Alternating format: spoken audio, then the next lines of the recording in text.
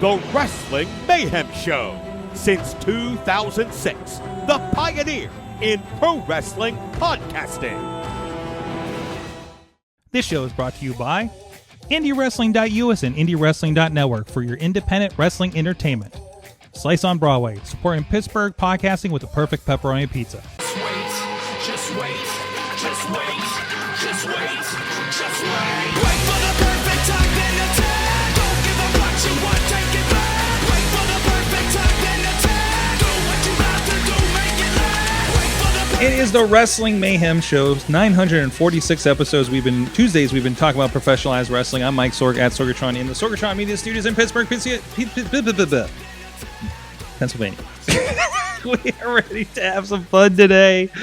And I'm happy to be back in Pittsburgh, back in the studio, and should be for at least a month here, I think, if I'm not mistaken. Oh, we're going to take a day off in April, but there's a very, very good reason for that. It has nothing to do with this show. But we do have what's with us this week. It is the newly shaven Rizz. I didn't do this last week. Oh, you getting it in early? Okay. I'm just getting it early. There's the now. Bradley. Okay. The Just getting it early. The Bradley in the pole. There you go. Yep. There you go. You got it in. You feel good now? I got you feel it in. complete? You know, I'm sorry to leave you hanging. We didn't have that capability last week. With No, the, I mean, I could have a whole bunch of other pictures here. We're trying some different software at the time. You have a whole bunch of pictures there. Don't know what to, hold I'm on. not going to click. Hold on, I'm not watch gonna click yourself. pictures. Because intern John has been obsessed with the muscular eagle on the social media lately. So I don't watch what you're starting here. We also have with us at the time of the booking was the current TNF champion. But then Thursday happened. It's the Unwilting Tatiana, Don't Call Me Rose. Yeah, Thursday happened. Yeah. So some guy named John cashed in some battle royal from like Thanksgiving that we all forgot about, except that he kept telling us about it. You forgot about it? It's not that we forgot about it. It's just he kept demanding to everybody that he was going to go after the tag team championships. Yeah. There's a whole thing. And, honestly, shame on me for genuinely thinking he meant that. Chat room, fuck that guy named John. Correct. And it's also never too early for a Bradley. Never. Also, I hope Bradley's feeling better. I know he had an 880 flu that lasted like a week. He didn't even go to wrestling this past weekend. So, oof. Yeah, that flu do be spreading this time. I hear it's of year. going around. Maybe I should go get my shot before I'm traveling some more. Anyways, but yeah, no, but you do now. While your great run, we'll talk about more about your run here with the TNF Championship here late in the show. But in the meantime, you did happen to find yourself with another piece of gold. Well, as it turns out, the TNF Championship is not, or rather was not, the only championship that I've been holding. Mm-hmm.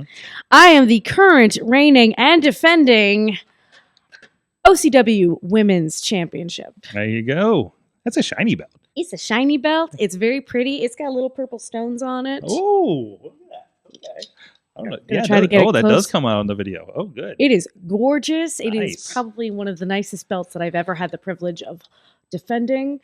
And this past Saturday, I had a pretty good championship match against Natalie May. Mm-hmm. And as you can see, I came out successful in that round.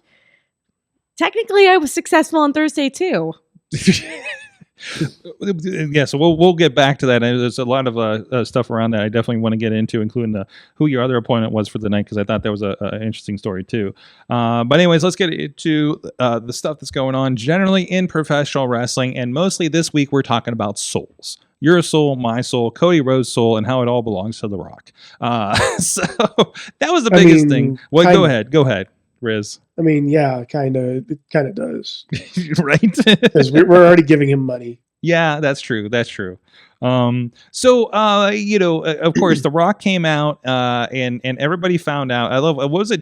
I saw TJ, the former Tyson Kid, I think, was saying he found out that The Rock was coming when everybody else did on social media. For instance, that's how kind of sudden they apparently at least announced it, for things and kept it under wraps until I think they may have not even announced it until the day of, was it? Maybe the night before. Time is getting really, really fishy right now. But no, he comes out and has this great promo The half an hour Rock promo, by the way. But we had a Cody entrance in there as well. So announced WrestleMania is coming to New Orleans next year. So I'm very excited about that. Hoping to have an opportunity to get down there as long as my schedule works out. And but not as late as this year, by the way. But was it the 11th and 12th? I think it is on April next year. That's important to me, and I'm probably the only one that cares. Also, did you know WrestleMania is on Easter this year? Oh God, I hate that a lot. Yeah, that's causing some issues in my family right now. Actually, like, Mom, actually, Like, I'll be right back. Don't mind me for the next few hours. it's just like I'm not going to be here. It's fine. Listen. This is about souls and resurrection, so I mean, it's really kind of on the right path here, right? Mhm. I guess if you that's a stretch. That's such a stretch. I had a conversation this week. So, because listen, there's a thing with my family. There's nothing to do with wrestling, but I just want to let you know of this conversation that I had for some reason, and I don't know why this thing stopped over here. What is happening? Why did we lose this?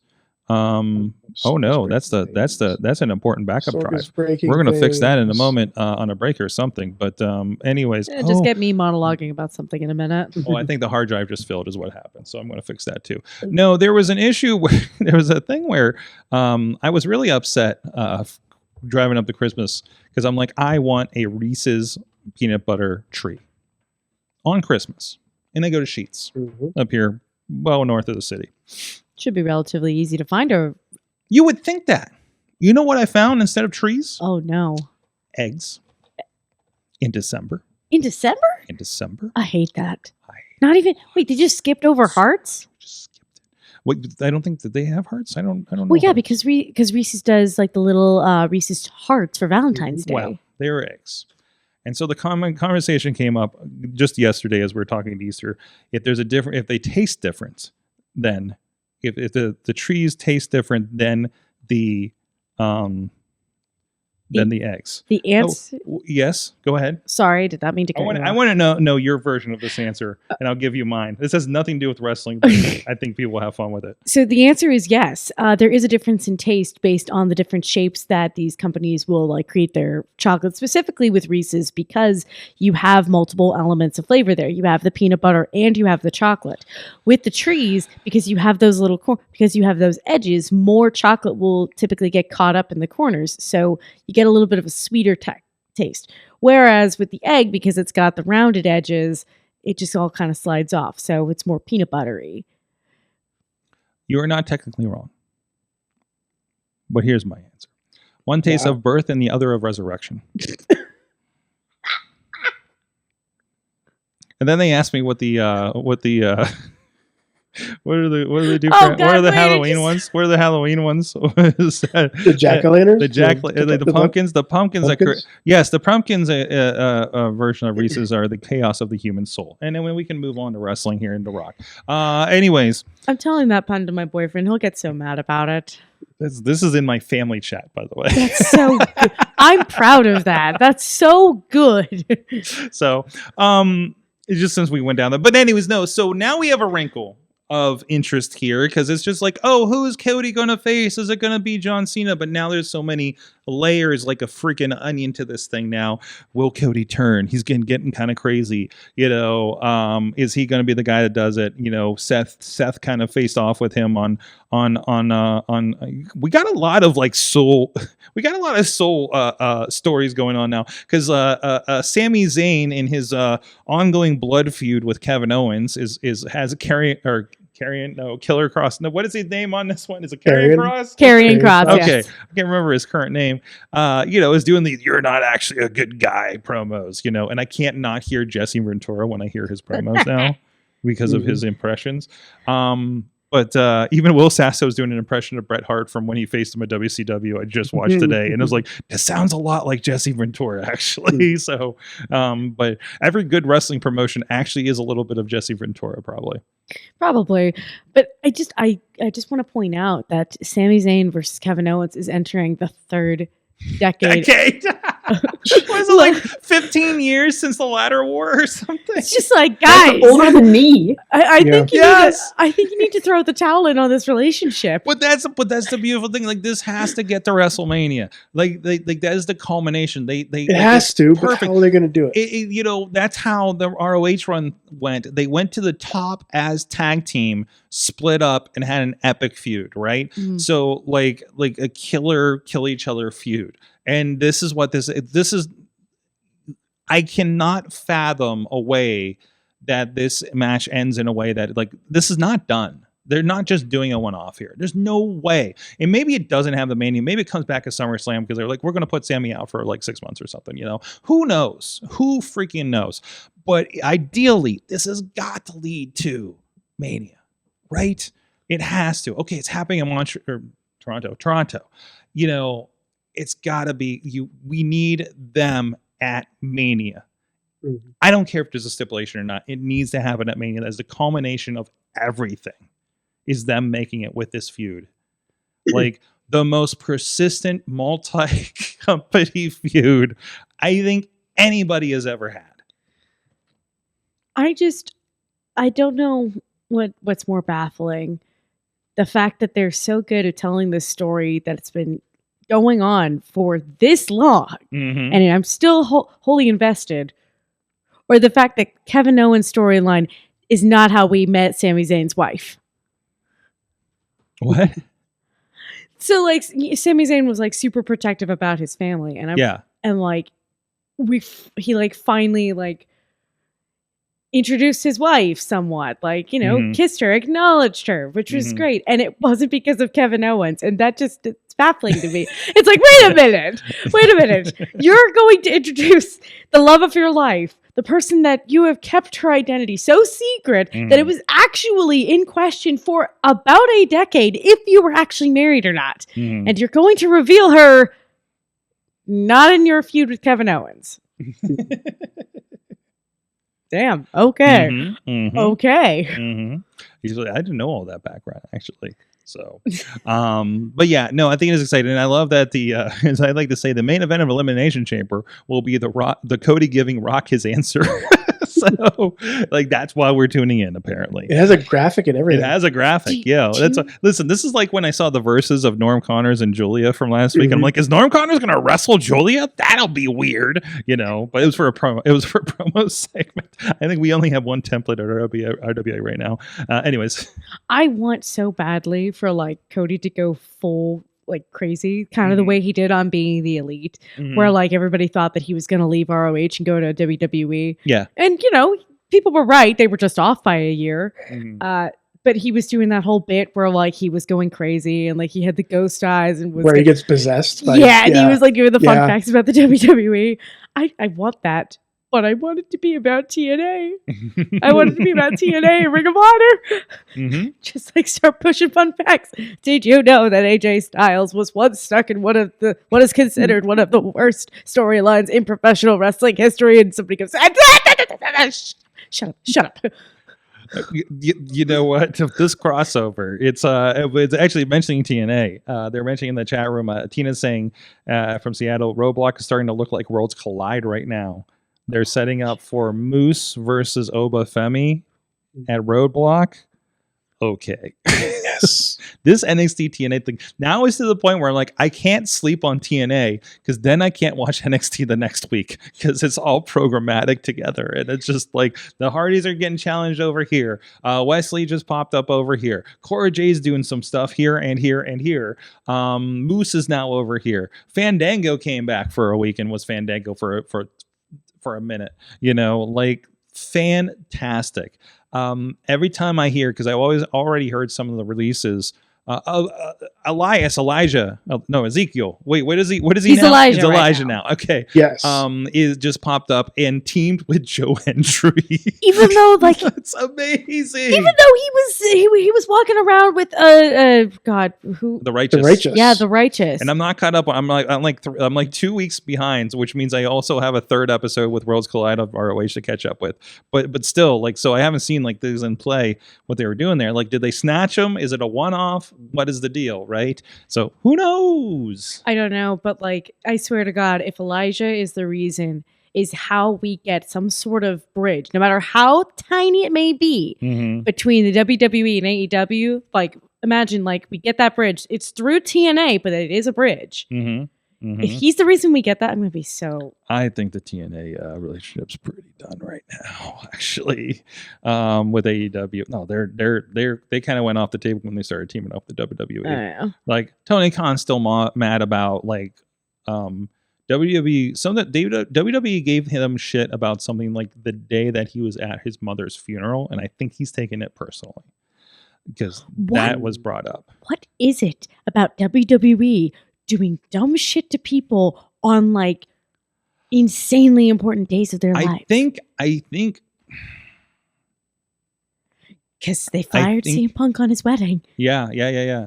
I think well, I think this is not a slight directly at WWE, but I think that wrestling people are really fucking mean sometimes. So oh no, mean wrestlers, who would have guessed? I know, and vindictive and very big fuck yous and things like that.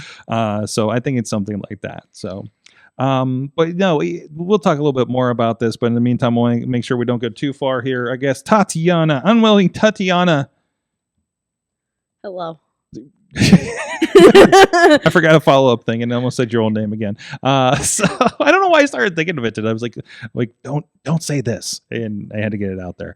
Anyways, thank you everybody that does support the show on Patreon, patreon.com/Wrestling Mayhem Show. We throw some extra content up there when I'm not traveling, and we also have a super feed going between the Awesome Cast and this, so you can see all of us BSing about whatever in between or anything like that. And we just go to the other room for the secrets. But go check it out. Patreon.com/Wrestling Mayhem Show. Thank you everybody that does support the show at the fan of the show level. Bo Diggity! Woo! As well as Team Hammerfest, Tupac family, Bubba Brewer of the Triple B Podcast and APWF, and Jason French at the Pop Club level, Dave Prop Pop Bonner, Rats in a Trench Coat, Tony Kincaid, the Pizza Club level, The Rizz, and at the manager level, Bradley. And there he is, exposed for us all. You guys support the show too, and we can say your name on the show. Patreon.com/Wrestling Mayhem Show. Let's talk about. I don't know if I want to bear this in the show or not. You know what? Let's talk about this part. Mm-hmm. I saw a TikTok today, and people have been complaining about, of course, the prices of tickets in at WrestleMania. People complaining about the, allegedly, I saw something that maybe the tickets for Toronto weren't, for Elimination Chamber, weren't going too hot right now.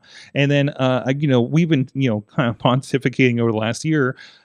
How does this hot streak go with WWE, right? Is it going to continue to keep breaking records, breaking gates and everything? And as they're breezing prices, that helps them break the gates, and break those records a little bit. But also, there was a really good TikTok that really kind of broke this down and illustrated. This is some kind of, that is a link to the Stardom announcement.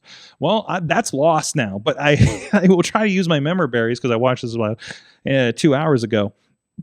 3 hours ago, probably. But it was kind of breaking down the idea that, WWE is really hot right now. And along with being really hot, and I think some of that connection with TKO, it feels like, obviously they're pushing the prices up of these tickets and everything, right?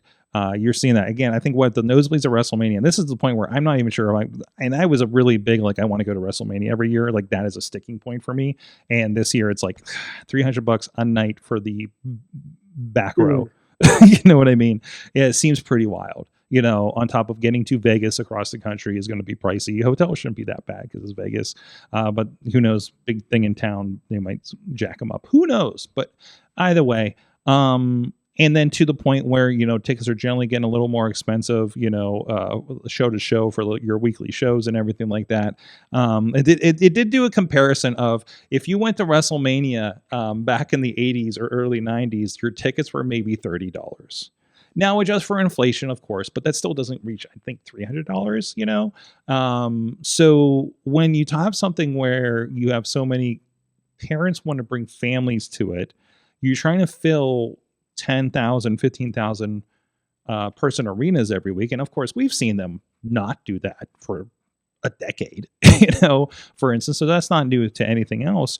And they're the hottest they've ever been. They're getting the numbers, they're getting the sponsorship deals like crazy right now.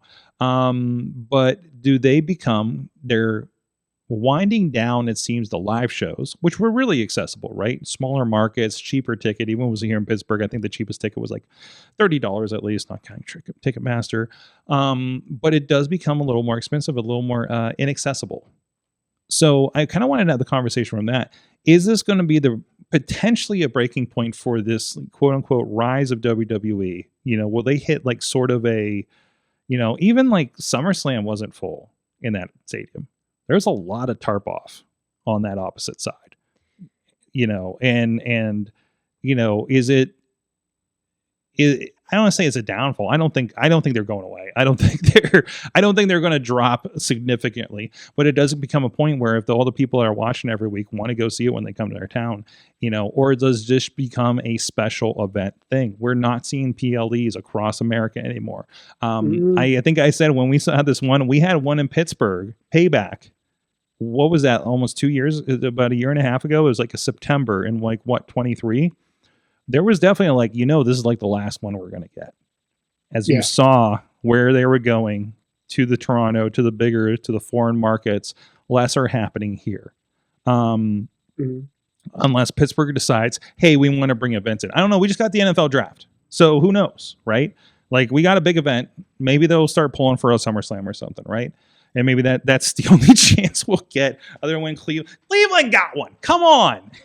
Cleveland got SummerSlam. Come on. Cleveland. How did Cleveland get SummerSlam? As a denizen of Cleveland. Oh, whoa. These are John's. I must step in. I will not allow you to impugn the... Go on. No, I'm too tired to remember the reputation of my fair city. That is the mistake by the lake. Sorg. Intern John is a Cleveland kid? Yeah. Unacceptable. Wow. Unacceptable. We allow Chachi in here. Well, he's not from No, Cleveland. He's true. just a Cleveland Okay, sympathizer. It's fine. It's okay. It's okay.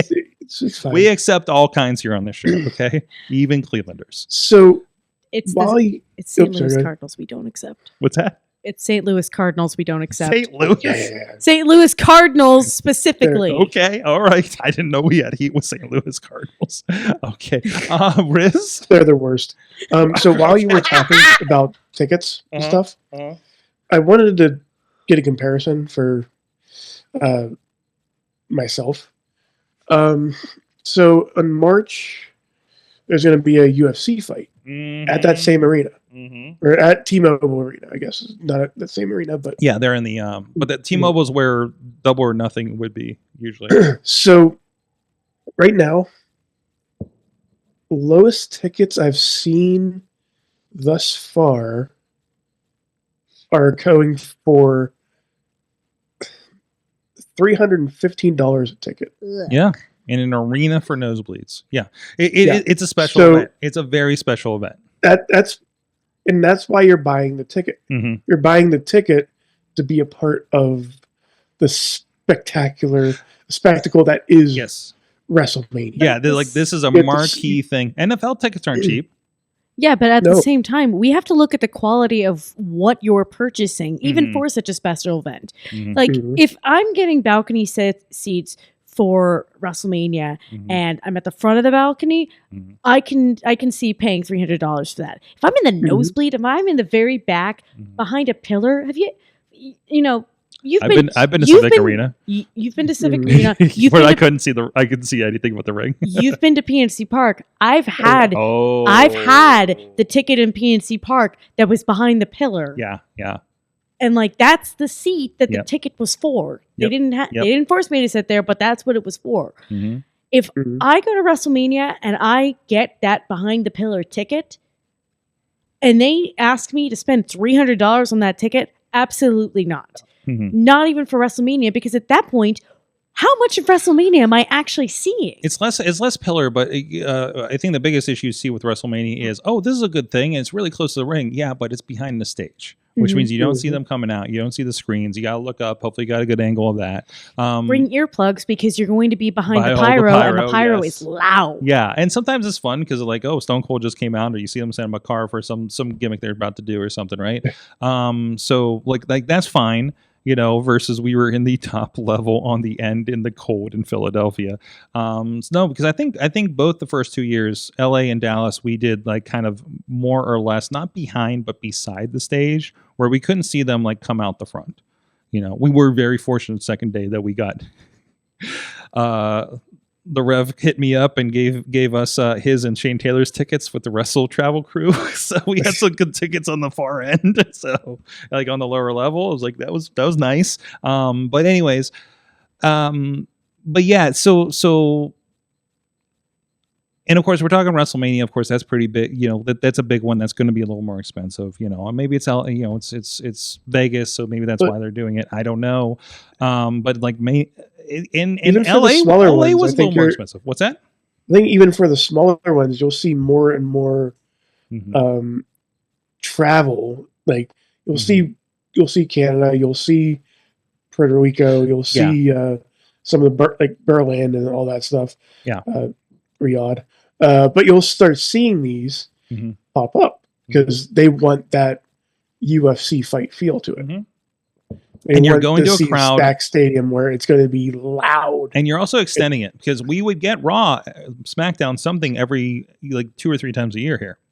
So it's like, oh, I'll see him in a few months. You know what I mean? Which desaturates, stretches. You know, it lessens the excitement from when you come in. But now you're saying, well, we had a holiday tour, and what did we get? That's the first thing I think we've had since Payback, the year before here in Pittsburgh.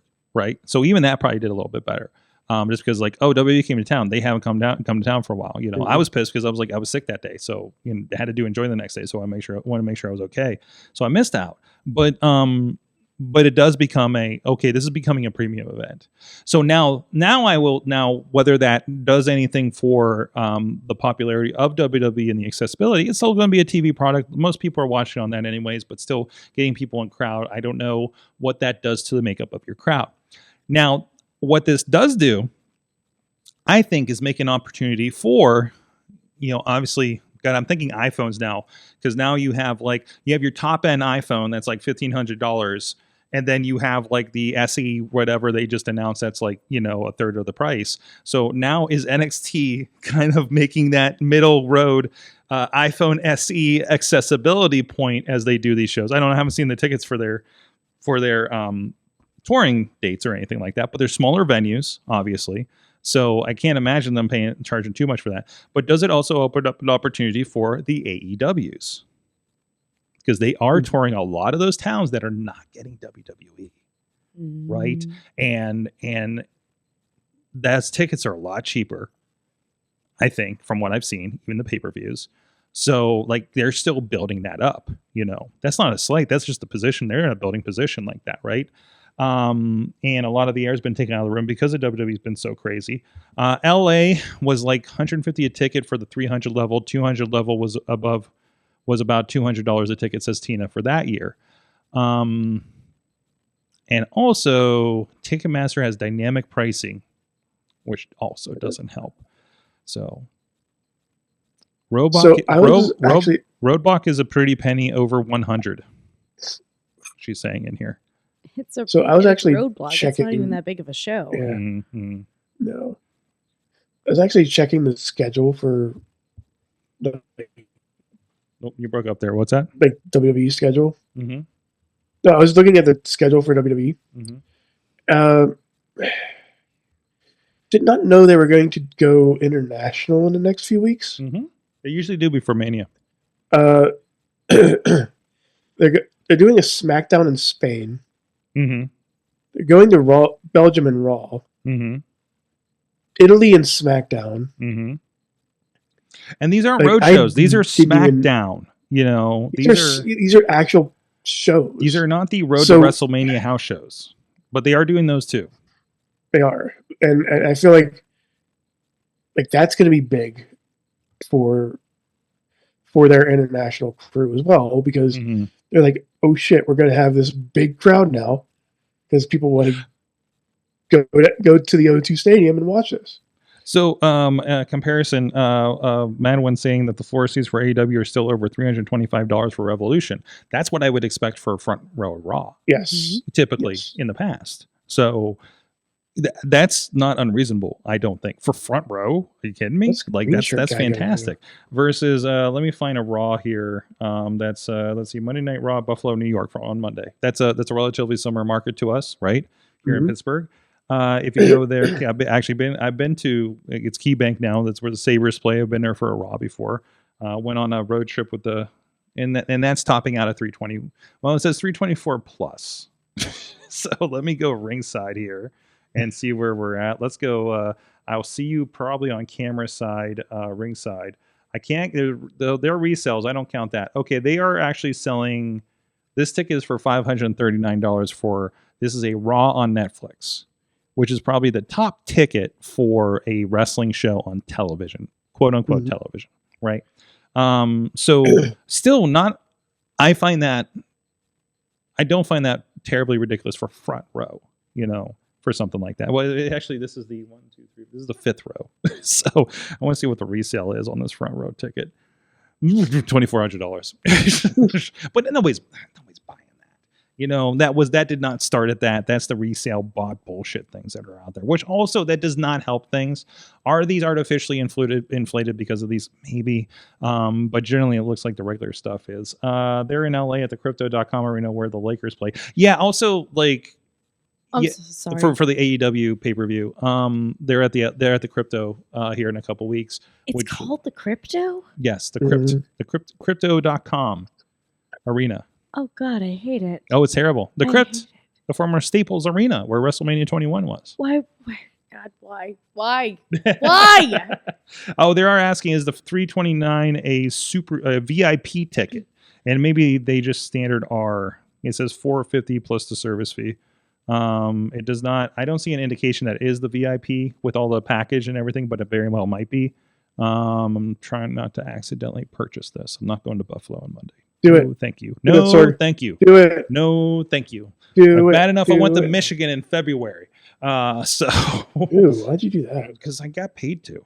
Nice. So I got paid well too. That's the only way they're going to get me there. And then even the person who runs the event is like, why am I doing this in this Michigan in February? I've done it for the last 3 years. Why don't we go south? And I'm like, I don't know, man. Why don't we? Yeah. Let's do it. So Florida's nice this time of year. But anyways, interesting pontifications. Let us know what you think of this on this or the TikToks where you might have seen these clips. How affordable are the upper levels where people with kids would go? That's the fan base you need to work on. And they're Right? not. They're They're not terribly. Not terribly, but you got to think of the family of 4 thing. The greatest thing I ever heard was Warrior Wrestling. I was like, I could not figure out their model for everything.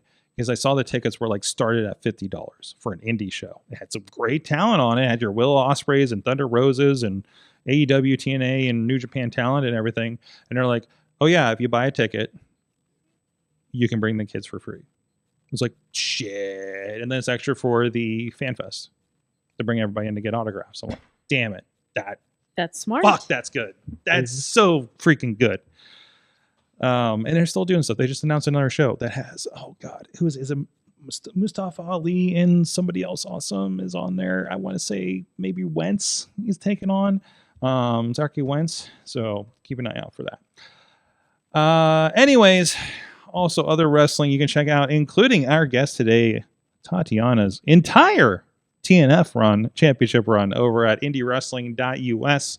And of course, 880 Wrestling is free on our network as well as over on the YouTube page, including Misconnections 3, where actually you had a great main event match with Brianna Bands, which that's got to be something in the history books there regarding that, right? So it was the first ever all women's main event in 880 history, which, some people would say that's not saying much because we haven't been around for very long. But the fact that we've been around for a couple of years, and this is the first time that we've just had two women in the main event duking it out over a championship, no less. That's really important because that means that's a way of telling our audience that, like, we will put anybody in the spotlight as long as they are able to earn it. It does not matter who they are or what communities they represent. As long as the community is not full of assholes, I should specify. There you go. And this is a very like intergender, I don't want to say heavy, but doesn't shy away from it promotion, and you've been on plenty of matches. I mean, your title you defended mostly against, not women. So during your run and everything. So that stars align for that is actually pretty incredible. And Brianna's another one. She's only, I think, a couple years in the game right now, has been doing great. I think she is just now approaching the end of year 2. She is very new to the game and she's incredible. Like, I enjoyed the hell out of that match. I think I recall she had a match with Shaza Boatwright, and I think that was her first singles match. Sassy. Sorry, excuse me. But like that, and that's pretty cool. Proud of the Brooklyn crew. I think the T2T Brooklyn crew up there. We got a lot of the talent at 80 Wrestling from that. So, so you were in the main event against Nyx Wild in the first show in the new location down there at the South Side for 880 Wrestling. And that, tell me a little bit about that. You're a feature again on the first one there where you won that championship. Oh man, I have so many emotions when it comes to Nyx Wild because we were friends from before their career even began, all the way up until they decided they wanted to go into the business for themselves, and then they went after Reese. They had their whole thing. I came back from injury. We had our whole thing. It didn't go well, and then they went and had issues with other people, as they tend to do nowadays. And I didn't think that I didn't think that door was going to open again. I was ready to kind of let it close. And then I saw how they defeated, oh my gosh, it was Reese and somebody else. And I feel very bad about forgetting who all was in that triple threat. But I watched them win that triple threat at Penn Brewery, and something clicked in my head. I was like, you know what? No, I'm not letting this rest anymore. I wanna try again. I'm fully healed up at this point. I'm not just coming off the shelf anymore. I've been back. I've been consistent. I'm back in my groove. They've not faced me back in my groove, hungry for something that I believe I can do better with. Like, it's just been friendly banter up until this point, except for that return match, which wasn't full speed. And the update, that was Mikey Montgomery in that match. Thank you, Mikey. I'm so sorry. My brain's not here today. And it was a great match, too. That's what makes me feel even worse. It's like, it was a good match. Listen, I enjoyed there's it. a lot of wrestling that we do at 880 Wrestling. It's okay. It's like, that's only it's like 3 months ago, which means it was like a year ago for us. So, because honestly, like, listen, like, I say this often, but 880 Wrestling has done as many matches in the first 2 months as most companies do in a year. So between our training shows and everything, so which I know they're training shows, for us on video and everything, but they're, I will put the quality of those shows up against a lot that I see on the indies, regardless of what's going on there. Well, we've managed to put on a lot of incredibly quality matches for free. That's insane. Is that you can just watch these matches for free. You can watch careers begin and progress and get better and better. Like, if you look at like how Gianni Michael Enrico, Nyx Wild, Reese Hayes, the Fourth Line, Brandon St. James, and Casey Ward, if you like look at the beginning of like their careers and now look at them now, you can track like the points for each and every one of them where it like clicked and they got good and they like found their momentum and their groove and whatever you want to call it. And you can watch it. You can just go in and watch it. There's no paywalls. There's nothing holding you back. There's no dip in quality because Sorgatron Media is excellent. And that's just so wild. So many people don't get that. I did not get that. Mm-hmm. I had 2 matches at my home promotion before things took a turn before things took a turn. Before the exodus, before the current exodus. Before I left. Yes. Let's leave it at that. And like, there's so many matches that I had after that point that just never saw the light of day. Mm-hmm. Mm-hmm. There's so many matches that like I was told, oh yeah, we recorded this, and then that footage vanished. The black hole, I've heard it referred to a few times. Yeah, and it wasn't just like one location; it was many. Mm-hmm. There was back when prior to him coming out fully, I had an incredible match with Aiden Von England, Mm-hmm. and that was one of the best matches I had had up until that point. And like, I was so proud of it, and he was so proud of me, and we were so excited. And then we were told that the videographer was holding the footage hostage and most likely was not going to give it back. That's so shitty. That's so terrible. Like, I damn it. And it was probably it was over money, it was over whatever, and I hate that. Like, I hear that story so many times in versions of that story, you know, and it's just like, take care of everybody on your fucking crew, man. You know, so. Oh, absolutely. But there's so much to watch when it comes to AEW. You're right. It is easy to kind of get lost in translation, but I'd like to be consistent. Well, let's talk about this. Like we've talked about many times, both on the show and off. You know, you've had you know, you've been at it for how many years? You've been doing this again? I have been active as a wrestler for 5 years. Mm-hmm. Next month we'll be approaching 7 years in the business. It will be 7 years since I began training and stepped into the ring for the first time. So, and obviously you've kind of had a stop and go with injuries, right? So, and everything, right? But, and I finally expressed this after that main event with you. We talked about like seeing wrestlers click earlier when you're talking about this crew at 880. And I feel like, you know, even I had a conversation with your trainer here a couple weeks ago, about this, you know, I've been waiting for a while to see that click on you, and it really, I think, happened around this championship, and wanted to see, does this progress? And for the last like 2 months, it's been really, you've been really kind of finding that zone, right? What is it on your side? Do you feel like you're in a better spot that seemed to happen recently? Are you perceiving this kind of click happen, or is this just another day for you and you're just proceeding and trying to get better? Like, I think that's really interesting because people are seeing things, but are you seeing the same thing on your side? Oh, it's just no. Yeah. like someone's like, "Oh, that was really great." Your grandma's like, "Yeah, it's Tuesday," you know. So the click actually happened before the title run began. Okay. At least on my end. Mm-hmm. And it was a moment during a match, and you're gonna know what match I'm talking about. I'll keep it vague for the audience just for reasons. A match I had got cut very short. It was not supposed to be. Mm-hmm. And it was cut short due to a couple of miscommunications, and it was all resolved after the fact.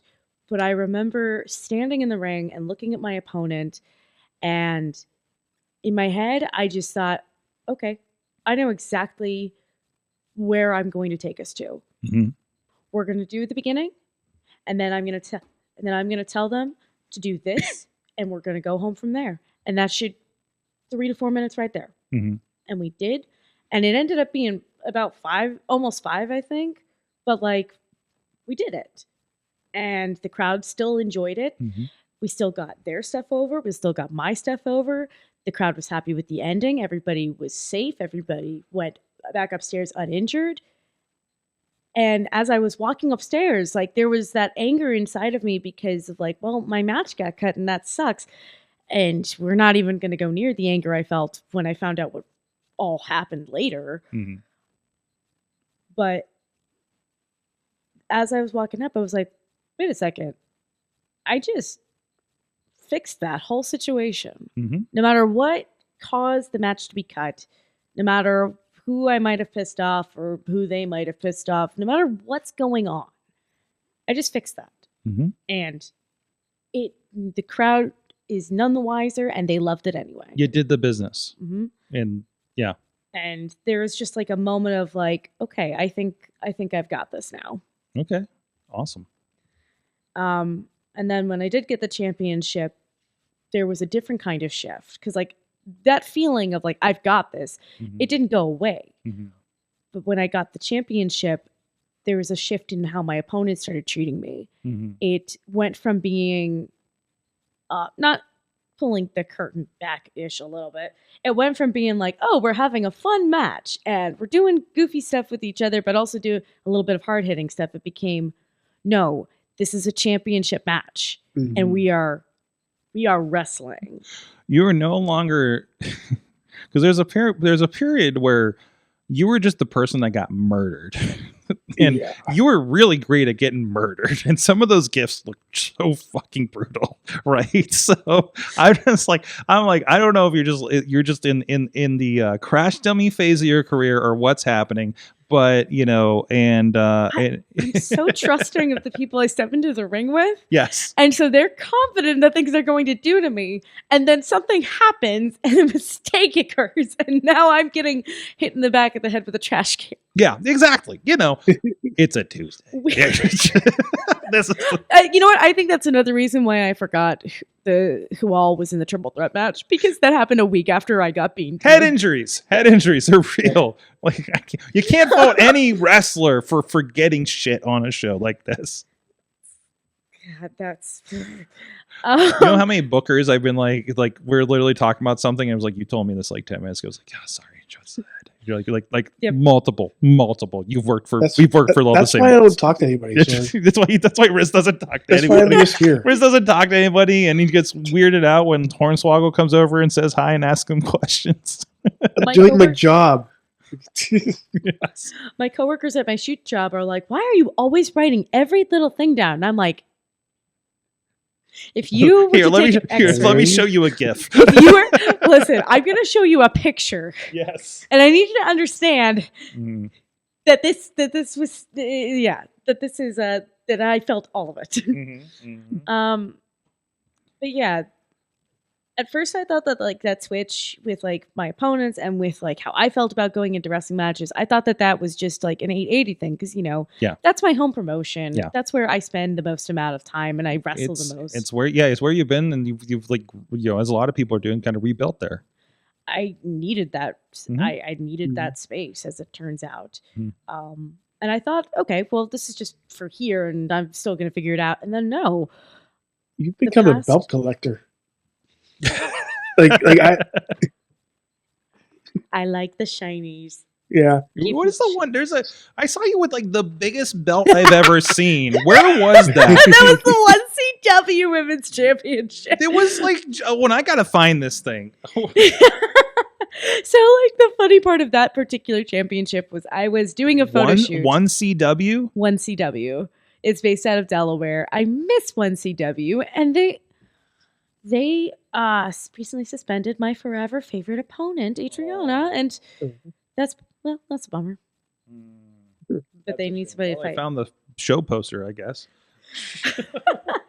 There's pictures buried. I found your match, but I'm trying to find a picture of you with the belt. Oh, I'm on Bing.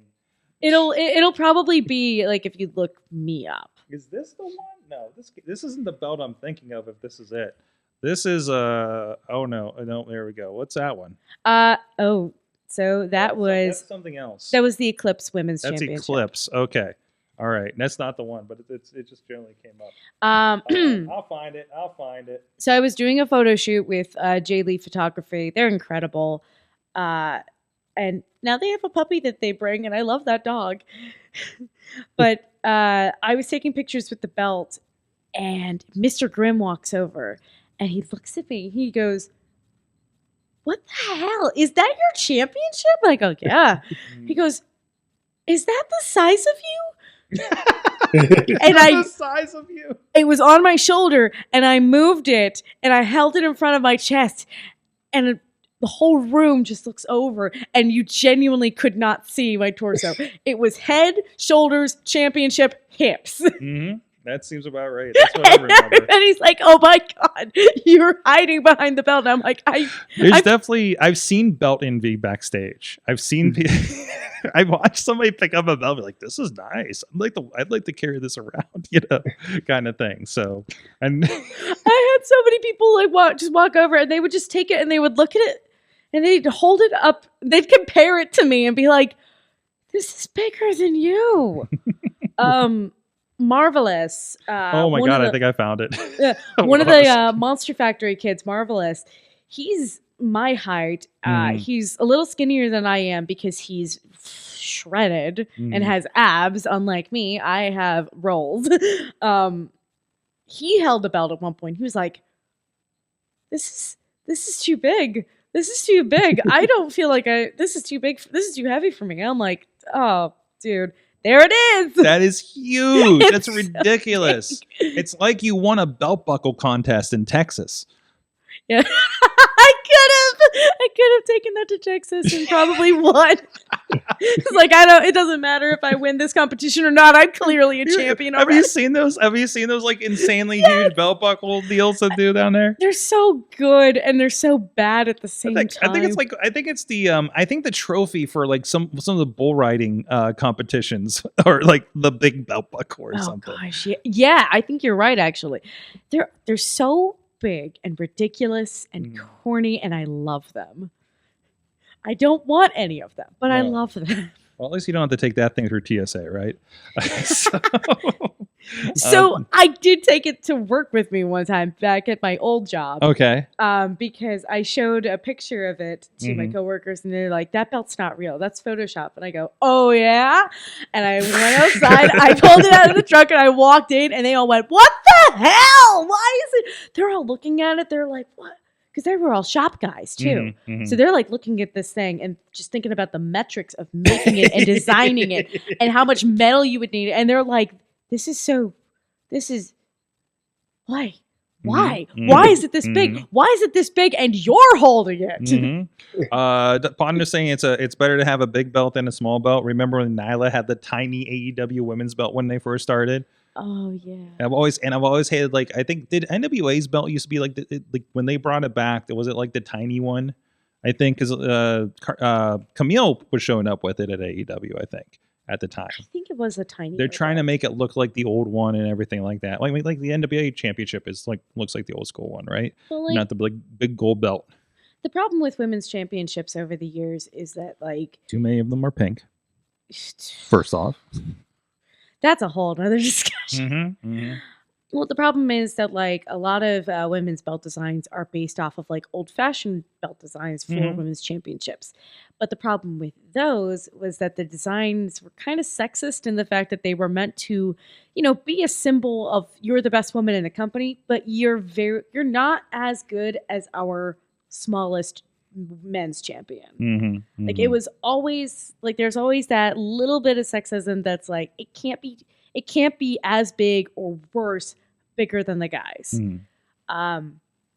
And so while a lot of companies obviously are not creating their belt designs with that mindset anymore, because women's wrestling has had such a massive evolution the past 5 years,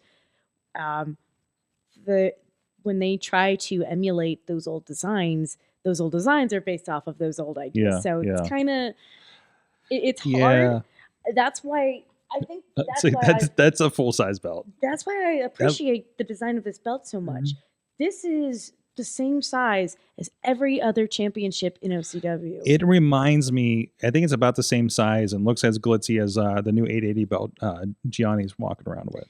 It's about the same size. Yeah. His is a little cooler because it has the 880 letters that just like pop off the belt. Okay. Which I don't think picks up as well whenever you're watching at home. Yeah, that one, I like that one because it's got a little bit different color to it, so it pops a little bit more. So we just need some more time with that belt to figure out how to work with it, So Yeah, I'm planning on holding it for a while. I genuinely enjoy holding many championships. And listen, if I do lose it, I still have the pizza championship, That's right, the pizza championship. which no one will fight me for. Oh, we gotta fix that. That's why John had to blindside me, because the last time he fought me for a championship, he lost and got covered in pizza sauce. Well, you know what? Now that you're, I mean, obviously you gotta get a rematch somewhere along the lines here, but if that doesn't work out, at least we could always bring back the pizza championship. You know what? There's a barbecue happening in the summer, probably. There'll be a good time, I feel, for the pizza championship to come back. I will put the pizza championship on the line against anybody that wants to come into town. That's the thing. I want to face an out-of-towner. Yes. Because, that belt deserves to be traveled with. The Mad One is saying, how have you and Mambo Italiano, I know that's not his name now, not had a fight for the pizza championship? I don't know. We need to work on that. I mean, he's done a pasta death match. Go, you do a pizza death match? Can this happen? No, I don't want to do death matches. That's not for me. I mean, no. It's are you familiar with the pasta death match? Have you seen this? I saw clips of it. Yeah. I don't understand it though. Good. Listen, I That's a spent good a whole comment. year being so deeply ingrained in the deathmatch and hardcore life, not doing any of the matches. Just I was working with all those companies that were doing it for a second, and I still don't understand a lot about that. All you need to know is the phrase "pizza-based weapons." That's all you need to start with, and go from there. Oh God. Okay, fair enough. And probably invest in a tarp. Yeah. Like, imagine putting your opponent through one of those small tables that come in with the pizza box. Yes. It's just like, yeah. Ooh, like yeah. Like you have the Crown Royal bag, but it's all those little tables that are holding the pizza box up. That'd be worse than Legos. Oh God, Sorg, Sorg, you need to stop going to hardcore shows. You're getting ideas. I know. Listen, every once in a while, you just got to see something a little fucked up, okay? And that's what I did this weekend. And I went to H2O on Gory's recommendation. It was either that or CZW, so I don't know which would have been worse. But I saw some shit, and we're going to talk about that. Tatiana, the current OCW Women's Champion. There you go. And just concluded a fine run, inaugural Southside. You are the inaugural Southside TNF champion. They can't take that away from They can't me. take that away from you. Making history here. And then we're going to talk some more. I think there's a pay-per-view coming up this weekend, which probably, because people remind us at the end of the show, we're like, Rumble, whatever. Like, shit, we forgot about the Royal Rumble. We're going to talk about some more wrestle stuff, and maybe we'll talk a little bit about my H2O experience. I want to shout out some people that I think people should be watching out for that I saw on that show. And we will be right back after.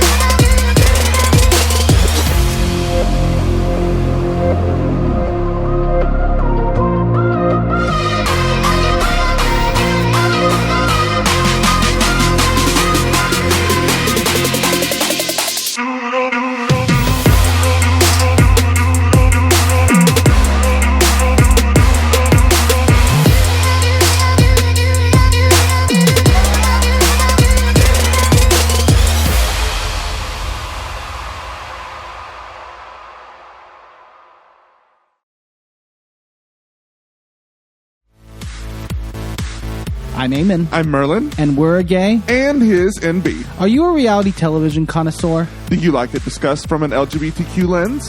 If so, A Gay and His NB is the podcast for you. Hear us break down all your favorite guilty pleasure reality shows from Bravo, Drag Race, and just about everything in between. Listen to A Gay and His NB on Apple Podcasts, Spotify, or wherever you listen to podcasts.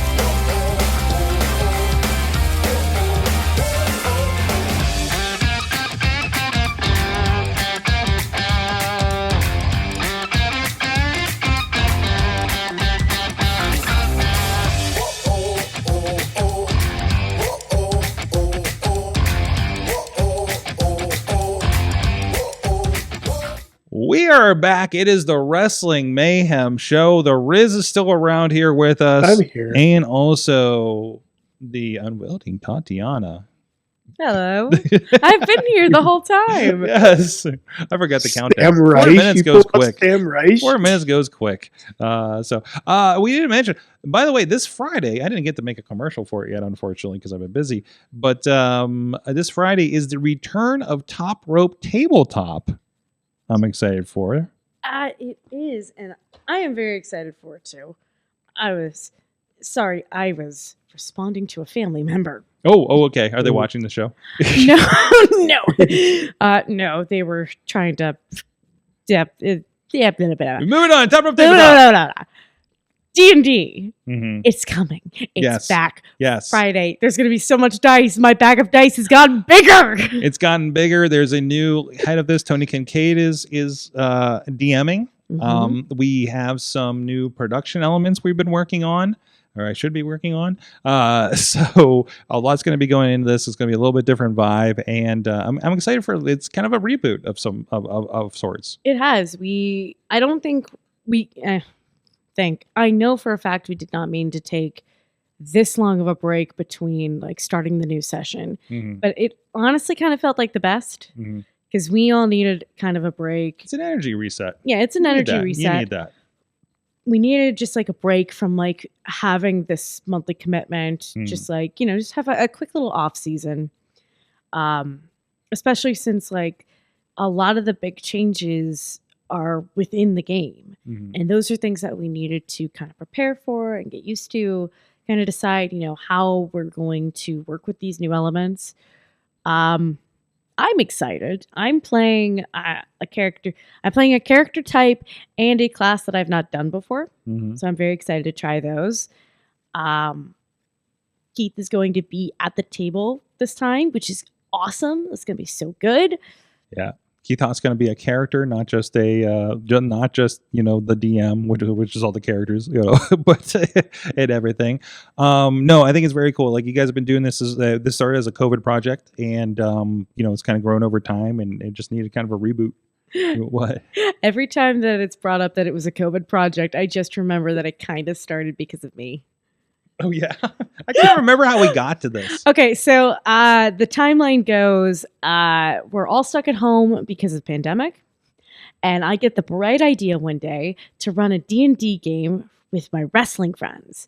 I've never DM'd before in my life, but I love D&D and I want to do the thing.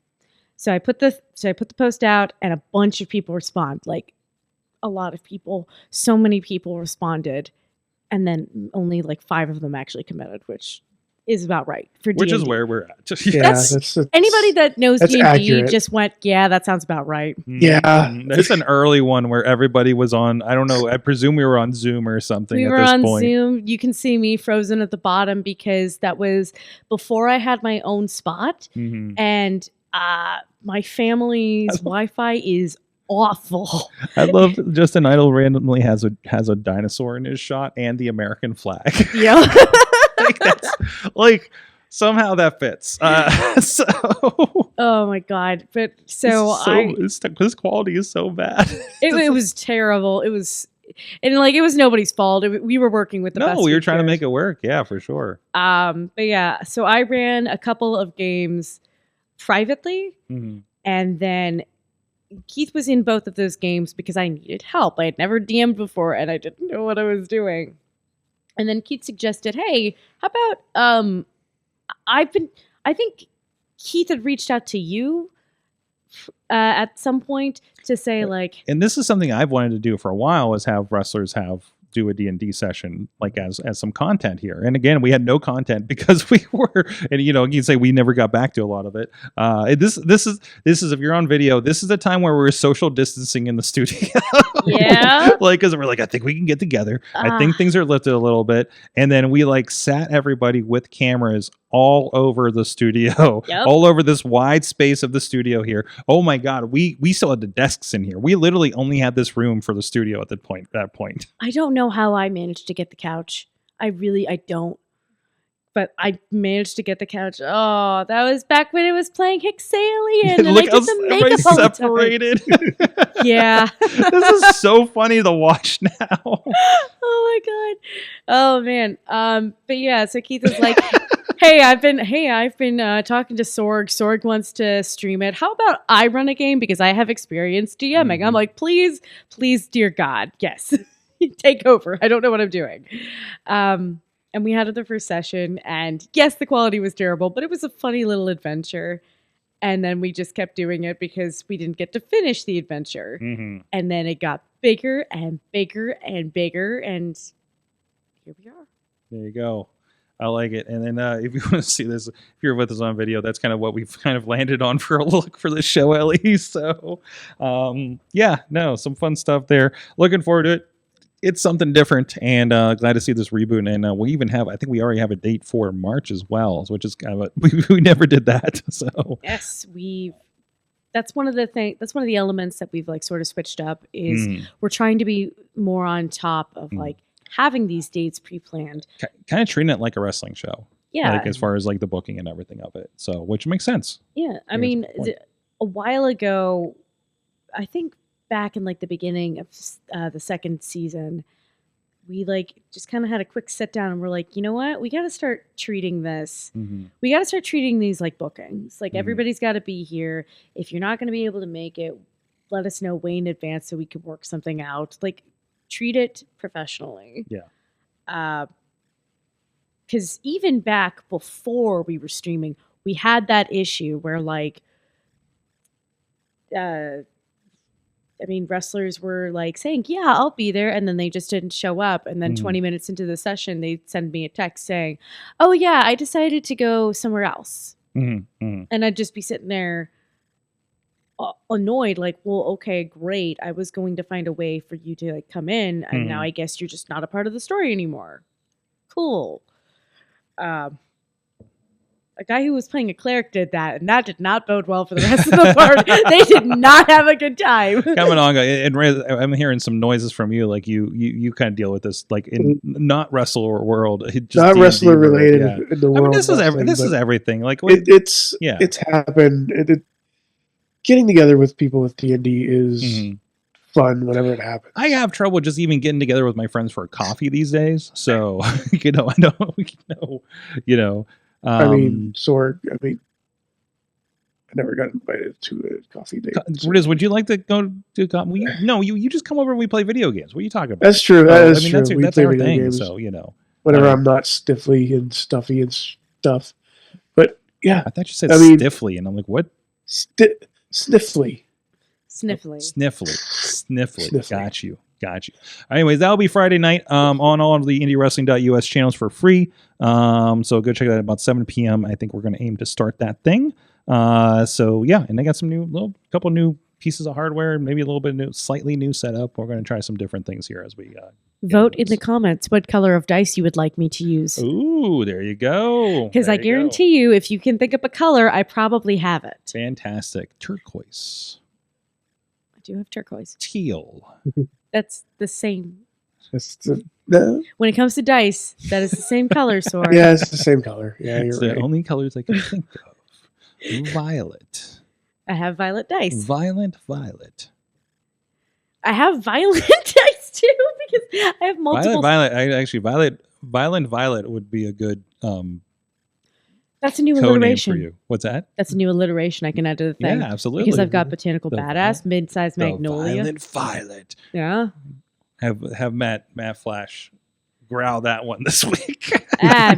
Baby. I have. Violet. That's a weird thing. I'm actually not going to be at TNF this week. Oh. Management. Let's just say I left the show very sore. And they decided it was for the best that I'd take a week a or little so. space. Dude, they want me to take a little space, so I'm going to take a little space. And I'm gonna So think. I got here John do his thing, whatever you call that. Sorg is just mad because he's in the book. Yeah, I'm in the. I'm mad because he used the book on my partner for life and me within a 2 week span.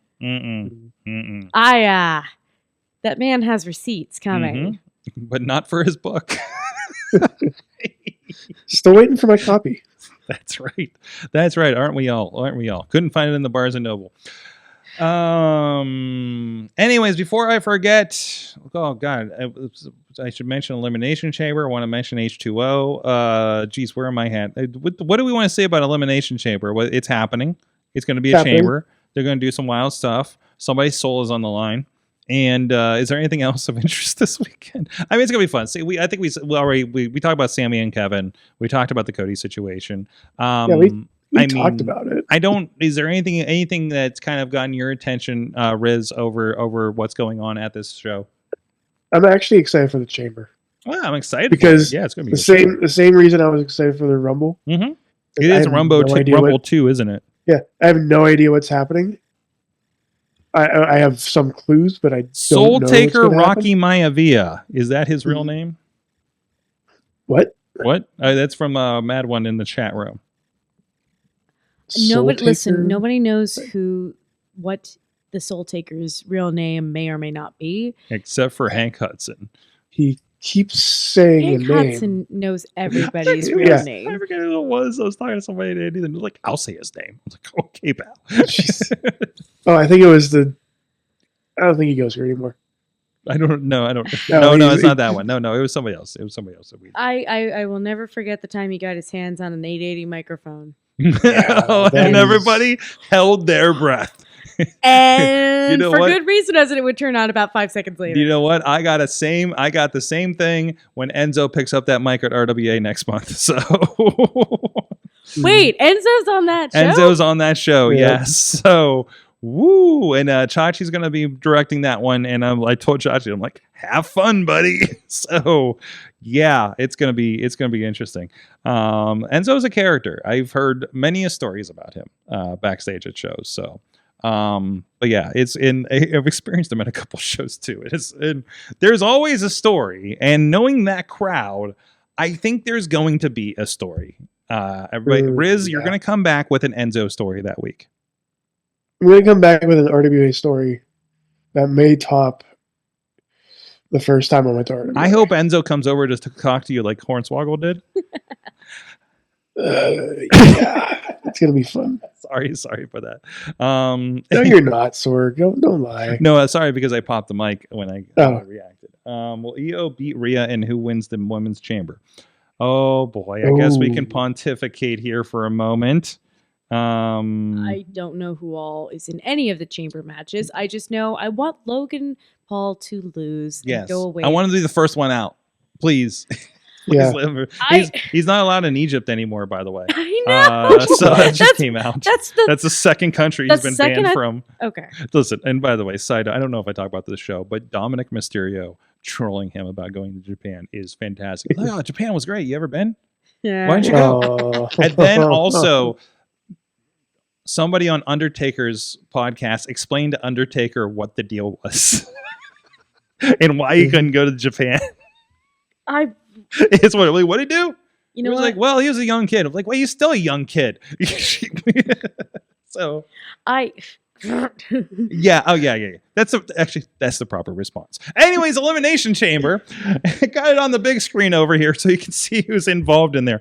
Roxanne Perez is an interesting addition to the women's one. Alexa Bliss is a part of it as well. I see they've already updated Liv's picture with the women's championship, tag team championship from last night. Funny how that works. Yeah, right. It's just funny when you have a team that's on top of things. But anyways, Naomi and Bianca and Liv and they did kind of. Well, no, we have one tag team in there, don't we? Technically, for now. Yeah, for we the do. moment. You know what? I kind of want Elimination Chamber to be where Bianca turns heel. Yep. The winner will end up against Rhea, presumably if she beats Io. Right? I think I got that math right. Because Charlotte has already picked Tiffany Stratton. So, which makes sense, you know. Makes sense. Get out of here, Charlotte. Yeah. Do we have to cue up the song again? Cute. The Charlotte 40 Weeks song. Have you heard the Charlotte song? No. We'll send it to you and we'll show you a picture on Yeah. it. There you go. Charlotte's a really good athlete. Mm-hmm. I'm gonna leave that there. And she's good. Yeah, she's good. You cannot deny her ability and what she's done. Everything else I have to say is not nice. Oh boy. I'm just Okay, we'll save that for Patreon. Riz, your thoughts on the women's match here? So I think we're gonna get the blow off of that, of the whole Jade Cargill thing. Okay, she's gonna pop up and she's gonna pop up like Undertaker through the bottom of the. Lightning will strike the cage, and then she'll come up from under a panel on the side. But yeah, I think Storm is coming. Because the storm is coming. Yes. Oh, Honey, God, you got a big storm coming. It's gonna turn out like Naomi took her out, right? Is that what's happening? Is it Bianca took her out? What's happening? I think it might be Bianca. You think of Bianca? You know? Okay, it should be Bianca. Mm-hmm. The WWE has a really bad habit over the years of like they'll set up the swerve and the whole audience guesses correctly. Mm-hmm. Like, oh, this person did it because they're showing the signs of like, you know, not being all there or just being a little bit more aggressive than usual. And then the other person turns so that they can get that plot twist. And it's like, no. It's dumb and it doesn't make sense. Just keep your original plot twist. If your audience guessed it, that means you did a good job of setting it up. Don't over twisty it. They did that with the New Day too. They did. They actually, we were like, oh, that was Xavier's done really well. Gonna turn. That was a good turn, though. I approve of what they did there. It reminded me of what were those two little gems in Steven Universe that like fused because they had a mutual hatred of Steven. I think you're talking to the wrong age group here. Aw, Riz, you're close. What? Chat, okay. Chat room. Listen, I'm pretty sure the three of us are representing 3 different decades of growing up. So yeah, like he's DCOM, I'm Saturday morning cartoon, and you're whatever Steven Universe is. Wow. I'm not actually. That's the worst part. Okay. Steven Universe is technically I'm from the Steven Universe generation. Oh, we got 4 decades. Oh, okay. Intern John, do you know which gems I'm talking about? It's okay if you don't. I do not. I don't know enough about Steven Universe. Dang it. Fired. The Steven Universe is not in the film study program? No, but I did watch Space Jam at 9 a.m. this Monday, so Which one? the original. Okay, good. Good. I don't see anything wrong with higher education. Do you? Nope. I need to rethink my classes at Point Park. Also, Anyway, Sorg, speaking of Steven Universe, rest in peace, Metaverses. oh no, that was the DC one where Batman could fight Marvin the Martian. Yep. Man, wow. Oh. WB can't win any of them. On the men's side, though, did we go through over women's picks and thoughts? I pick. It was Ruby and Sapphire, according to the research department, by the way. It was not Ruby and Sapphire because Ruby and I'm gonna tell my pick and then I'll get into a thing about that because that's not correct. Oh, no. That is Oh, a no. Oh, no. That is a fusion. Oh, wow. That's not the one I'm talking about. This is not about dice colors. Okay, I got you. Oh, damn. Okay. I'm gonna pick Roxanne Perez because I think that'd be a really good swerve. Because here's the thing: if you have Roxanne Perez go over, you still have the ability to like get all the story beats you want out of it. You can have her set up some sort of feud, whether she wins or loses, out of the Elimination Chamber opportunity, I should say. She was the longest running in Royal Rumble, breaking a record. Right. So she has a precedent going into this. I'm not opposed to President Roxy. I am not either. There you I go. really am not. She'd do a really good job. But yeah, I feel like in my mind, we get the Liv Morgan getting, beat up by the rest of the women because they're all tired of her shit. We get Bianca Belair turning heel and potentially Naomi turning with her. I could see like them just being bad bitches together and being like, yeah, no, we don't like Jade because she kind of just swooped in here and took everything without doing as much work as we did. And now that they just take it out on everybody, I could see. What about Bliss? I can see Bliss. What about Bliss? Dang it. Have they done much with her? It's though? either in my mind, it's either going to be Roxanne or Bliss. So, and I think she's going to pop up with this new Wyatt Six in some form too. I think there's going to be some interactions there.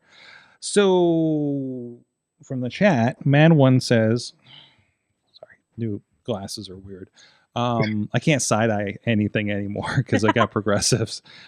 So I go to so the 3-way they were looking at was Io, Rhea, and Bailey coming out of this in some fashion, which is very possible. I can see that. I don't know if I want that right now. I like Bailey, especially as a heel, but I don't know if I really want her to be in the title picture right now. Face lately, though. She just kind of came back. There's no momentum to really put her there. She's been going crazy. She had a week. CM Punk was putting over like 2 weeks ago or whatever when she did Elimination Chamber, I think, qualifier on Monday. She did an NXT, something on NXT that week. Friday was something. That was the NBA All-Star game. And then she was on the pay-per-view for NXT in that like 4-way, was it, for the championship? So like she had like a rock, like she's not cold. Let's put it that way. Yeah. Like, she's in a like big representative mode right now. So there's a reason why they're pushing her. Yeah. So, could be related, could be not, could be just adjacent. There's 3 roads that it could go down and it wouldn't be a bad call. Yeah. I obviously have one that I prefer because I think that like having Roxanne go over on everybody, just that lights a fire under her. She's a fresh face. She's got the momentum. She's got the history. I just think that works better in the long run. There's a lot happening in Steven Universe in the chat right now. It's because somebody said the wrong fusion. I know why they got some other stuff going. Yeah. There's all right. Jasper and Lapis? No, it was not Jasper and Lapis. Something else. Okay, guys, I am talking about a very specific fusion. Not all fuse gems in Steven Universe hate Steven. Some fusions, particularly those formed out of anger. Did you copy this from Wikipedia? Oh my god. Can indeed display hostility towards him. Most notably Sugilite, a fusion of garnet and sapphire, and malachite, a fusion of Lapis, Luzul, and Japster due to the negative emotions involved in their creation. Yeah, I'm not talking about those fusions. I am talking about a very specific fusion that happened towards the end of the series. And it was 2 gems that had been in earlier episodes as separate antagonists that had paired up because they didn't like Steven and they thought that as a fusion they could take him out easier. And the whole plot of the episode was that they kept unfusing because they couldn't agree on anything. And then at the end of the episode, they realized they could agree on one thing. They fucking hated Steven. And they fused properly. And it was a interesting message. It was a good episode, but it it didn't have any of that oh, you can find unification in any way, not just like the typical ones you see in fairy tales. It had that, but it also set up an arc that was going on for Steven. I am talking about that specific fusion. I'm not talking about the other shitty fusions that happened because there was a couple. Lapis and Jasper, that was a bad one, but that one kind of had its own metaphors and symbolism going into it. This is specific. It was in one episode only, and it just made me to me, that specific fusion parallels the New Day turning. Damn it. I brought this back around. I was going to reply with, and this is a preview of your Elimination Chamber on the Steven Universe Mayhem Show. Anyways, the men also are doing men things in a cage. Men. Logan Paul, Seth Rollins, Damian Priest, bisexual Undertaker, Damon Priest, Drew McIntyre, John Cena, and... Are we just calling Drew Shrew CM McIntyre now? What? Drew McIntyre. Shrew? No, I almost called him It's Galloway Shrew for some You reason. said Shrew McIntyre. Shrew McIntyre. The shaming of the Drew. Shaming of the Shrew McIntyre. Oh my Shaming God. of the Shrew. Listen, Rusty, Wow. hate will keep us together. I don't know if they're talking about wrestling, politics, or Steven Universe in the chat room right now. Yes, the answer, Yes. The answer is yes. I see a lot of possibilities. I love the John Cena wins and CM Punk cashes in his favor to get into the 3-way kind of that was brought up. I do not see a Drew, Damian, or Seth, or God help us, Logan Paul happening here. I think this is a Punk or Cena show. I disagree. Okay. I want Drew McIntyre to win Sure. because you get that heel factor of Mhm. aha! I proved myself right.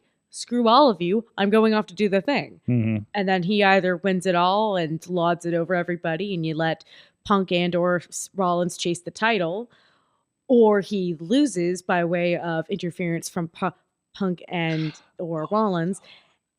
Continue that story. I was gonna say, yeah. The whole Punk just dressing down Logan is completely a setup for Mania at this point, isn't it? It could be. Yeah. But here's who I think is going to win.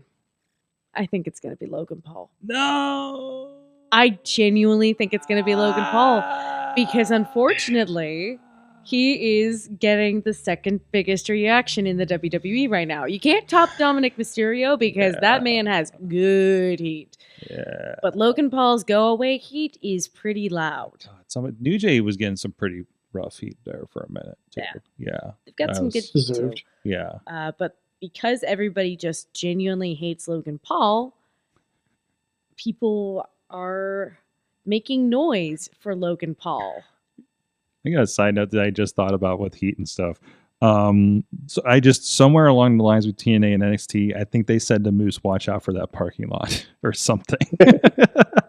Like they said to somebody, it was like, oh, it's wild around here, you know? No, And, the NXT, nobody talks about the lore of the NXT parking lot and just how many people's careers have just ended. Yeah. Like, and I love like it's an inside joke on the show now, you know, about it. Oh my God, what's his name?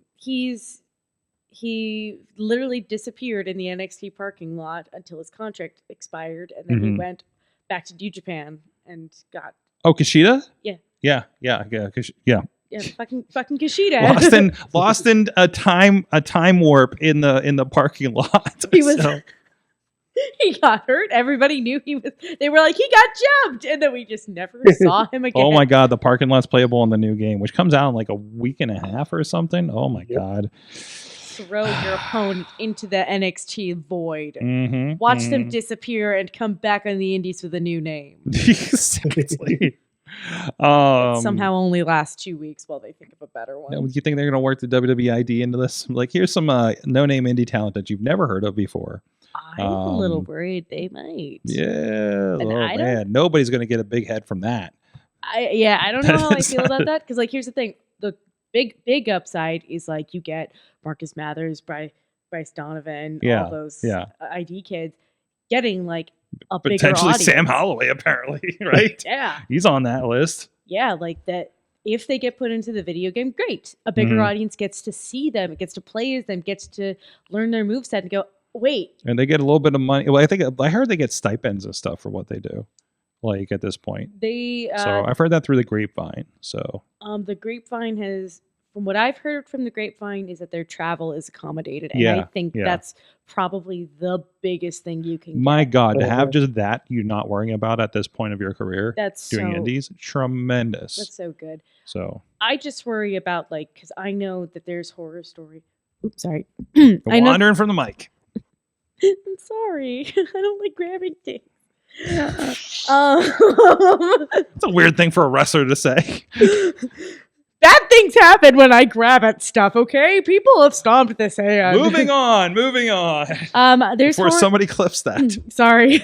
There's horror stories from like college basketball athletes that have been put into video games who didn't who didn't get compensated. That was but that's like the NCAA was like terrible with that stuff. Oh no, I know. But it's just like it brings up those worries of like I don't want that to happen to these kids. And you always wonder, what did they sign off on with likenesses and rights and right of refusal and things like that? I think it's inevitable. I think generally it's a great positive, and it's great for the talent and everything like that to get how many people do we know that we look at, that we work with on a regular basis? We're like, how the fuck are they not signed? Right? They definitely got a look, or ended up going to AEW because they didn't go there. This is a way for them to, obviously, also, this is an obvious way to be like, hey, don't go start doing dark matches over in AEW. We got you. It's like another way to reach further into the talent pool and, we can't bring you into the PC now, but keep working on it. But now we'll help you keep working on it for you to come here. Like it's, I think it's like, aside from NCAA, NWA and NFL are doing these reach out kind of things where there's these lower leagues or flag footballs or things like that. But that's another talent pool that doesn't have to deal with the NCAA and go through college and all of that. They're pulling people in that don't have to go through that process. Again, just a bigger talent pool to pull the best from, right? You will have a horror story. It will be sooner or later, there will be somebody that wanted to do something.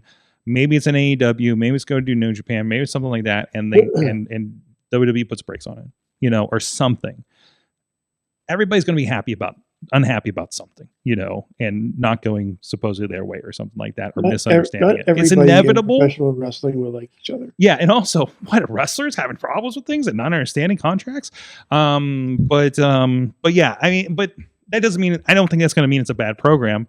That goes into everything else you hear about people, both companies being put on the shelf or, issues backstage and let go for no obvious reason, et cetera, et cetera. You hear about it all the time, and this is just the nature of things. So, but anyways, hoping for a TNA DLC with Joe Hendry. Oh my God. Have they announced the DLCs yet for that game?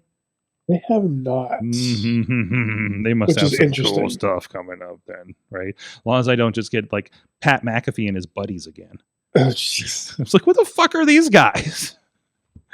What the fuck? What, you don't know Boston Rob? That was a weird week on not My Rise. What's the one with the tokens and cards and stuff? That's like mostly My Faction.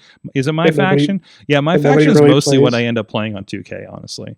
Really? So, yeah, that's kind of you're the one person. I'm the one person. I don't know. It's like it's an easy drop. I don't get to play it as consistently as I would like, so that's like an easy drop in for me. So it's scary how little hours I put on 2K for as much as I pay for it. But that's why Rizz, you and I are going to have the most epic My GM season.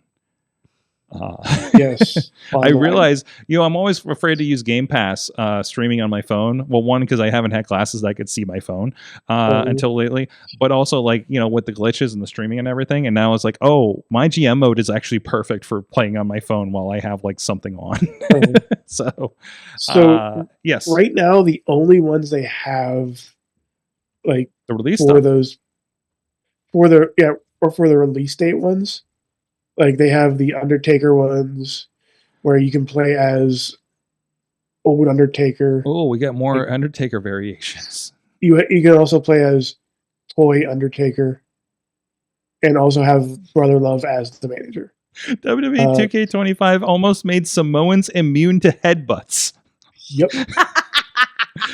They should have, right? They should. I mean, that's just Extraordinarily canonical. funny. I did think for a moment there that you were going to say, oh, they have the Undertaker ones. You can play as the urn, and I don't know why Usable urn. that's what I thought was going to happen. Now, hang on a second. I don't want that to be a feature in WWE 2K. I want there to be a WWE expansion pack for Prop Hunt. Yes. And you just get to turn to the various WWE things. What was it? Hidden Treasures, right? Is that the show? No, we're Prop talking Hunt about is a like video in the game. video game. Oh, okay. Okay, so Yeah. Prop Hunt, real quick, is a point and click game where you basically, it's basically hide and seek.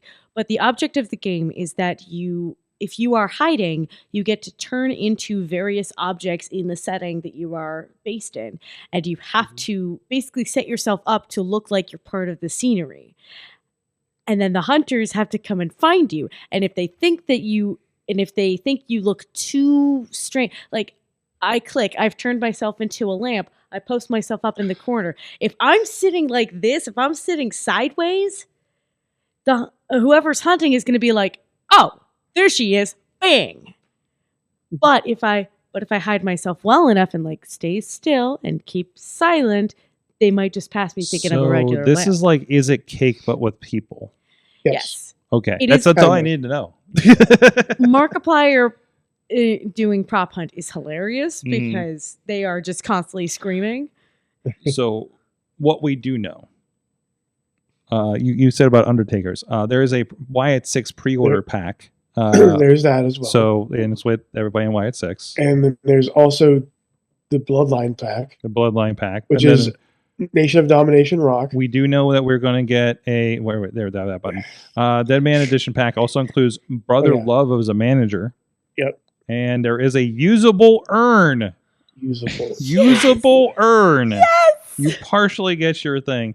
The Undertaker mask where who was it? Mabel broke his eye. Oh socket. yeah, Bloodline Edition pack has Jey Uso Elite, Toy. Roman Reigns Elite, and the The Rock toy. Nation of And The Rock. Domination era.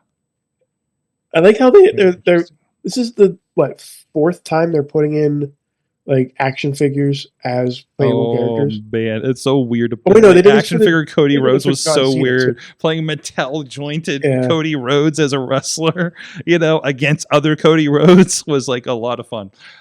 Anyways, But Intern John actually made me realize something, and I have to say this. mhm.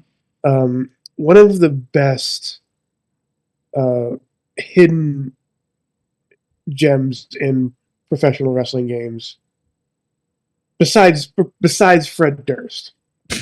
Fred Durst being in Shut Your Mouth was amazing. Mhm. But one of the hidden gems, I think, in professional wrestling video games was actually playing as Al Snow's head in Attitude. Yeah, didn't Was it Attitude float or was it? something? What? Didn't it just like float? It was just like a floating head. It had a head, Yeah. and it had hands, and it had feet, Mm. and it was just blank. the That's rest of the way. so strange, but so. You said it was on the WWF Attitude, so like on the PlayStation. I want to say it's Attitude or Warzone. It feels like an attitude one because I don't think they played. They were just. I feel like they were just trying to get that out of the door when they did Warzone. And they're like, now we're here. Yep, it is attitude. Yeah, that seems right.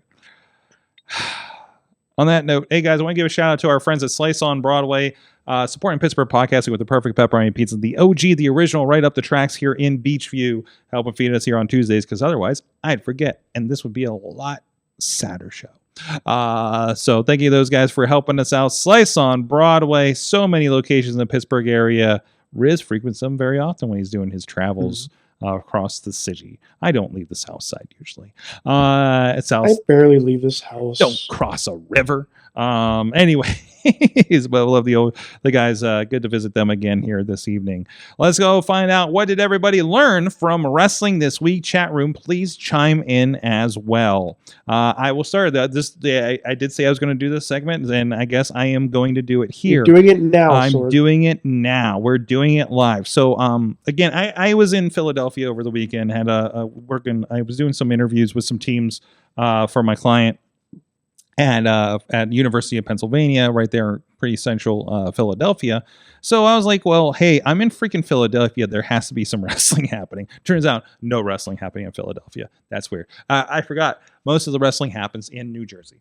So I was not able to go to, I saw Monster Factory had a show, a $5 show, but it was at 9 p.m. on Friday. And I did not sleep much. And I had a early call time. So I decided, no, that's not going to happen. But I did find out that there was an H2O show. Thank you, Jason Gorey, for reaching out to me when I asked if there's anything closer than Atlantic City. Because the other option was CZW was doing an anniversary show in Atlantic City. Ref George was out there. I think Junie Underwood was on that show I saw. Yes. So fantastic. And it would have been great to see those guys, but I need sleep. So I went to check out H2O. And it was a interesting experience. Again, this is one of those kind of familiar with, it reminded me of OVW a little bit. It's like it's an office park in kind of a warehouse out there that they've worked out for this thing. There was like a party rental store right next door that because they were talking about like somebody was parking in wrong place, but and there was a whole like I talked to somebody about like, so wait, did I park in the right place? Like but it was a lot of fun. It was like they had the first couple of matches. I was like, okay, these are kind of interesting, kind of rough. I figure it's like a lot of trainees and stuff at their shows, right? Like that kind of situation. Then we got into like a Lego death match situation, and things kind of picked up a little bit. Hold on, I'm gonna have to poster here so I can figure out who's who. So, this is unreadable. This is not loading the full resolution. This is a problem. But basically, like I got to the show. And realizing, oh my God, Matt Tremont's on the show. Oh, it's promotion, isn't it? Right? And Homicide's in the main event. So it was a fun surprise to see those kinds of things. Couple interesting thing. They just call it anything goes, but I thought they just called it a Lego something when they announced the match. Another one was a tag team Taipei death match. Okay. All right, I'm pulling up. It's for the H2O Control show. It's on their Twitter. Their Facebook hasn't been updated since the fall. So point throw that out there. Before I get into like the craziness, two guys I want to call out that I thought I was really impressed with. That I can't freaking read this stuff. What the hell? I had the poster, but it's like not full resolution for some reason. It's not loading. They had a lot of stuff with the TWE championships. God, I can't pull these up now. And I'm trying to pull it up. They are not readable. Aaron Wade was one of them, who is the sensei. That really stuck out. Hold on. Of course, the technology is not working live. I should have downloaded these. Yeah. And the other one was part of the Gig City Championship. All right, moving on with that bit. I'll get into the funky stuff, and hopefully this thing loads. But in the meantime, okay. So I've got it, and I can kind of figure out. So TWE Championship match was Aaron Wade versus Gigi Everson. Yes, Gigi was the big guy. Aaron Wade was definitely doing like a sensei karate guy. I wanted to yell sweep the leg. But he was very good. I don't know if okay, so circling back to earlier in the conversation, I used to work with H2O, and a lot of people on this poster are people that I worked with and got to know early on in their careers. So Gigi's good people. Gigi's good, yeah. Among them. The Anything Goes match was Homicide and Lowlife Louie, who's been around forever. Lowlife Louie is the one I was telling you about earlier. This is one of the sickest things I've seen in person. And I'm not surprised at all. Love Louie. So there's a lot of stuff. This match has barbed wire wrapped around the backside of the the 3 ropes, right? Mm-hmm. And just plunder everywhere. At some point, I'm watching Homicide fight this guy, and I don't know who the other guys were. They're resident heels, I'm sure. They're pretty well hated. And I saw all of a sudden see what was his name again? Lowlife Louie. Lowlife Louie running around. He has a fork stuck in the center of his forehead. I don't even want to show you the picture. It's the one that I wouldn't even put on Blue Sky. And he's running around the ring screaming, and it's wiggling. So Sorg, stuck in his head. I was gonna say I can see you doing that, but the camera was on me. Oh. Yeah. Running around. Yeah, we'll get the reactions, Well, I'm looking at this one here, and it's on me all the time. Running around, it's wiggling in his forehead. And I'm just like, that is not okay. So there's a lot of messed up stuff you saw that night. There's no class of this show. It was like mostly just kind of a plunder kind of thing. There were like beds of Legos and one of the things I love when I go to the show and I'm like, I've literally never seen that before. Like this bit here where they took an ice skate. Oh, that's okay. JB. Yeah. So that's JB Anderson taking that. I think that's okay. So, you know what? That might be Manhorn doing that. Manhorn seems like the right name on there. Yeah. So it was Snack Pack, which is the team of JB Anderson, who is the lovely. There's your sensei right there. There's Aaron Wade, who's I thought was very good, very cool, great sensei heel. Oh yeah, they started with a chicken fight with boxing gloves. I love that so much. So Snack Pack is the team of JB Anderson and Jess Moss versus Kennedy Hardcastle and Manhorn. Manhorn I'm not as familiar with, but I was very close with the other 3. I still am pretty close with JB. He and I run into each other quite a bit, especially when I was working Delaware. He was down there quite often. But yeah, they're all delightful human beings. And there's some from the Type E tag match. And that is Anthrax. Anthrax? Which one? The one doing the stapling. No, that's the glass. Oh, that's the glass? Yeah. Yeah. It's a Type A deathmatch glass thing, so I appreciate this because they came out and this is definitely a very Juggalo crowd. There's Matt Tremont. They came out the Corporate Avenger FBI files and everybody knew the words. So I'm like, oh fuck, this is my crowd. Holy shit. Why do I feel like that was present? I was sitting there and I pulled up and I think this is one of the wrestlers in the match. Pulled up next to me. I had just got done listening to Ned and Game from Great Malenko, and this dude pulls up next to me blasting bitches from Jekyll Brothers, and I was like, all right. I guess I'm in the right place right now, right? So, and I'm not even near Detroit, So that was earlier this week. But no, good match there. They had a classic. Matt Tremont he called it a classic IWA Mid-South match. They're really good. Like they're putting stuff in the corner, and they're doing gossip plates and everything, and starting the blood, and then they have a whole box. It's one of those Aldi's boxes, and it's got salt, it's got lemon juice, it's got lemons, it's got hot sauce. Sorg, it says the match is called Salt and Lemon Juice, like Home Run Derby Death Match. I couldn't read the poster, Rizz.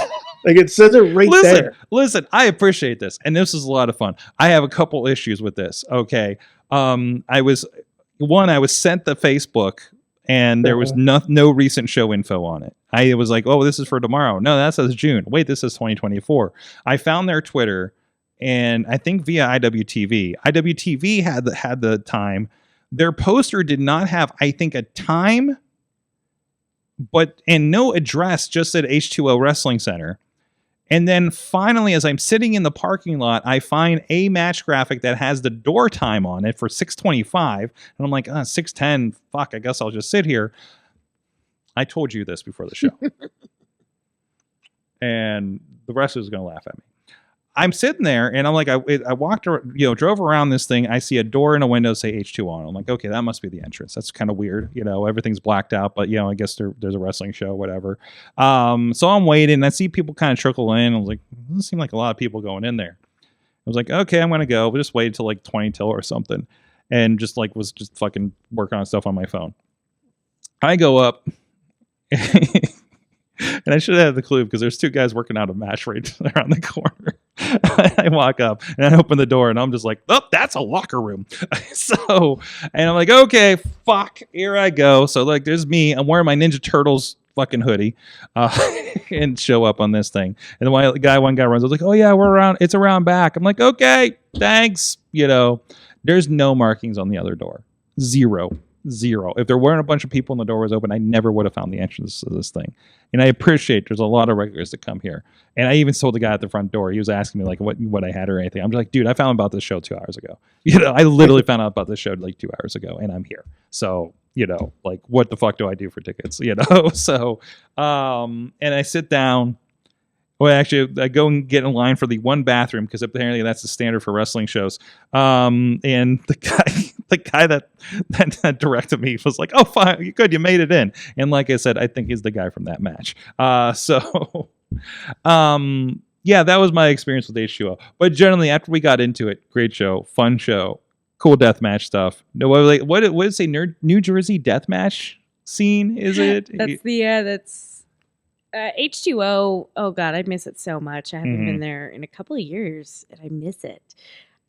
It's a really good pinnacle for like the New Jersey hardcore scene. I wouldn't say the New Jersey deathmatch scene just because like it's not full. It's like it's hardcore. Yeah. It's not XPW where there's glass every match or anything like that, right? It's not like, and I did appreciate it escalated. I had this conversation about Ricky Shane Page's show he did with Clash that I worked on. Like, it escalates as you go, and the matches were actually different. It wasn't really just the same thing over and over again, right? Yeah. I had the privilege of working there twice, at least in a wrestling capacity. I worked there, I don't know how many times, just doing ring crew and like. But no gusset plates for you? No gusset plates for me. No lemons on gusset plates like this is. God, that's... What the hell? I don't even know who would have come up with that because so many of them would have gone, cool. I don't even want to show some of these pictures. They're going to get us pulled off so many platforms. Jeez. That's for Patreon. No gusset plates for me. However, I remember earlier you mentioned how like one of the matches had barbed wire wrapped around the ropes. Yeah. Hold on, I can actually show this one. H2O. Yeah, just like that. Mm-hmm.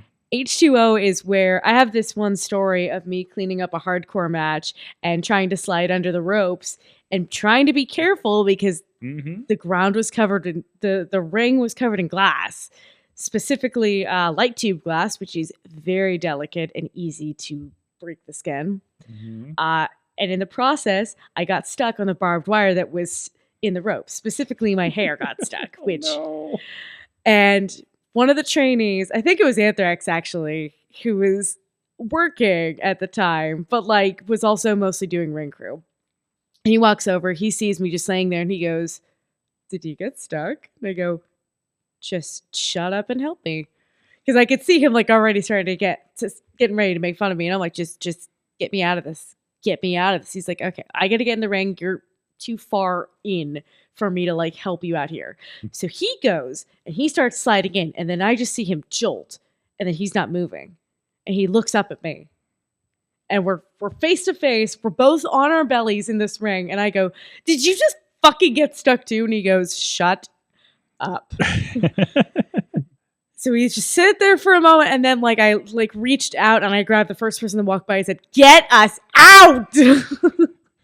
It's just like this is like a comedy bit. The ring is getting cleaned up around us, and we're just stuck in this barbed wire. It's a comedy bit, but involving barbed wire of all things, right? So, anyways, so we got plenty of what we learned from the chat room here. I gave you guys a lot of time here, but no, it was fun. It was good to see Homicide. It was good to see a great speech at the end of that, and it was a lot of fun. And it was like I said, sometimes you got to see something really fucked up, and that was the nice, like. It was nice. It was nice. I had a pleasant night. H2 is a really good spot to go for that kind of thing. And it was only like 30 minutes out of town. It was not like there's shit around there, so you can grab a bite to eat and stuff like that, right?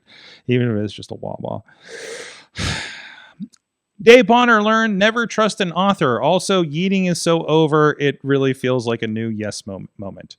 Yeah, I think you can never trust the author thing. So I know a couple authors. Why did you do you trust them? By the way, we just published the book over at fishingwithoutbait.com. That's the opposite of this show. You've done that show before. I have done that show. Eastman just did that show. Nice. Yes.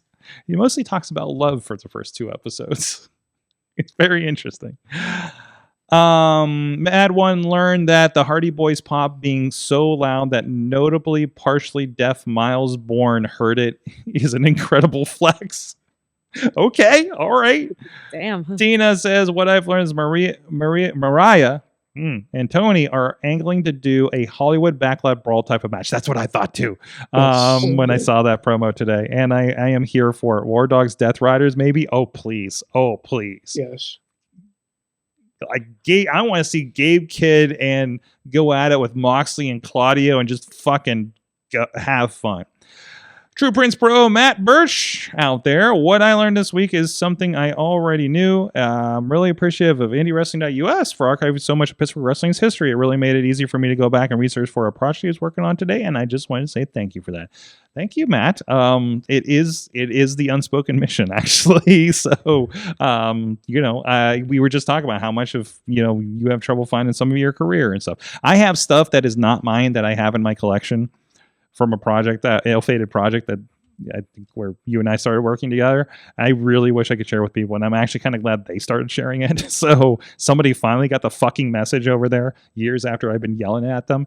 But yeah, no, I there's a lot of good stuff here. A lot of people came through here, and I'm definitely not in it to make money. I'm, and you can tell that by how much we throw out on free. Sorg is here to make friends, not to make money. Well, yes, I'm the anti-CM Punk, and the friends thing hasn't worked out terribly well sometimes either. So, sometimes it did not end well. But anyways. But no, I'm glad I'm able to do that kind of thing, and I'm loving. By the way, shout out to Scotty over and Enjoy. Did you see the Jack Pollock video? That was so with good. all that old classic stuff in there? Holy shit! Does he make my shit look so much better than it is? Scotty is such an incredible video editor. I love it. I love seeing it. the stuff he pulls off. I love it. I made the mistake of concentrating on live. But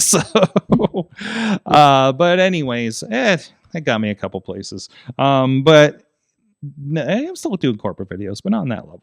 This is why I'm hiring Scotty for work. Actually, we're going to be jamming on some stuff outside of wrestling. That's going to be such good stuff, though. Oh my God. I can't wait to see what he does with some of this stuff. Yeah, he's going to be, he's been tagged on 4 of my, he's basically replacing me as I do something else in that project.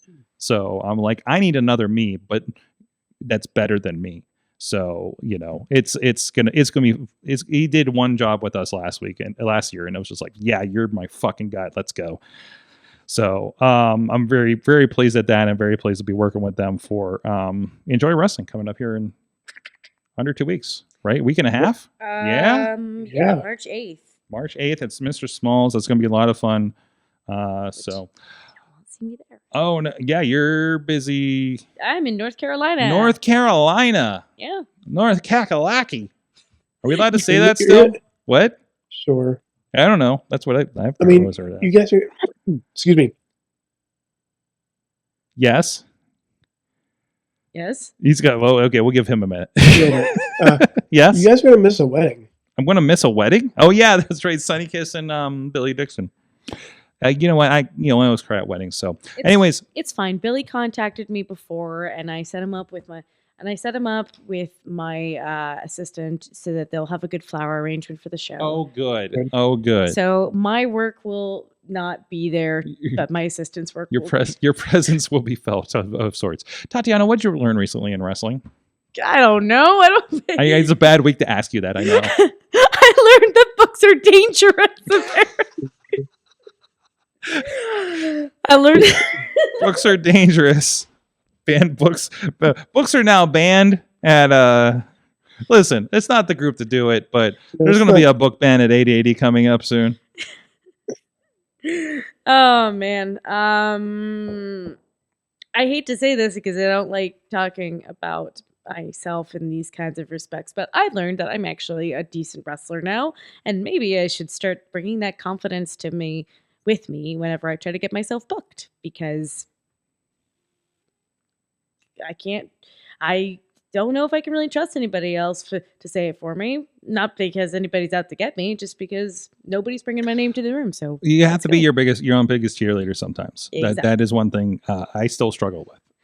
I can tell you that. Thank you for saving me and saying what I was trying to get out. Yes. Riz, what'd you learn? I learned the next few months are going to be fun, Sorg. That could mean so many things. That was It's gonna really mean vague. so many That could things. mean so many things, man. I mean, Are we talking starting about- next week, Oh, what? we are on the road to Mania.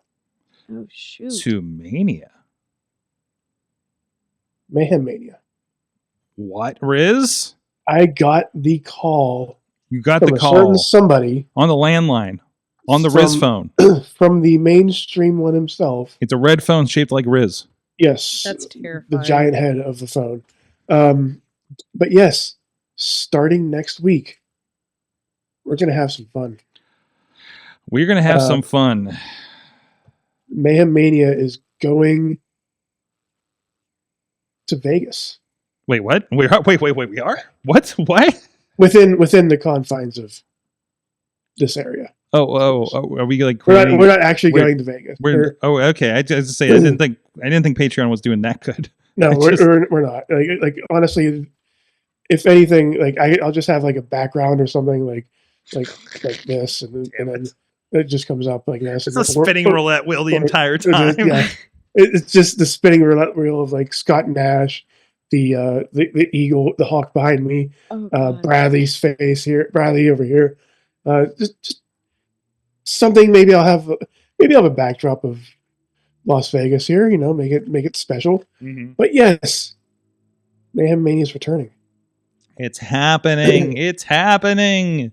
I know we do have the Pit Fight Kids are going to be coming in for around their show here at the end of March. So looking forward to that, having those kids back here. And kids, I think most of them have graduated by now. So we'll see how that goes. Awesome. Well, thank you so much, Tatiana. Tatiana wrestles on most platforms. Tatiana wrestles on pretty much everything but Blue Sky. Blue Sky is something else. I barely use it. You got to get a .com. Yeah, You got to get a .com and you got to connect that thing. You're at- listen, it's on the way. I just have to find time in my schedule. You need a social media manager. We got people. Yeah. Yes. Help. Yes. We Just give connect yourself all a the link doodads tree and make it happen. I Good need to help you with the DNSs listen, and the the vision is there. I just don't have the time to do the thing. DNSs and the A records and the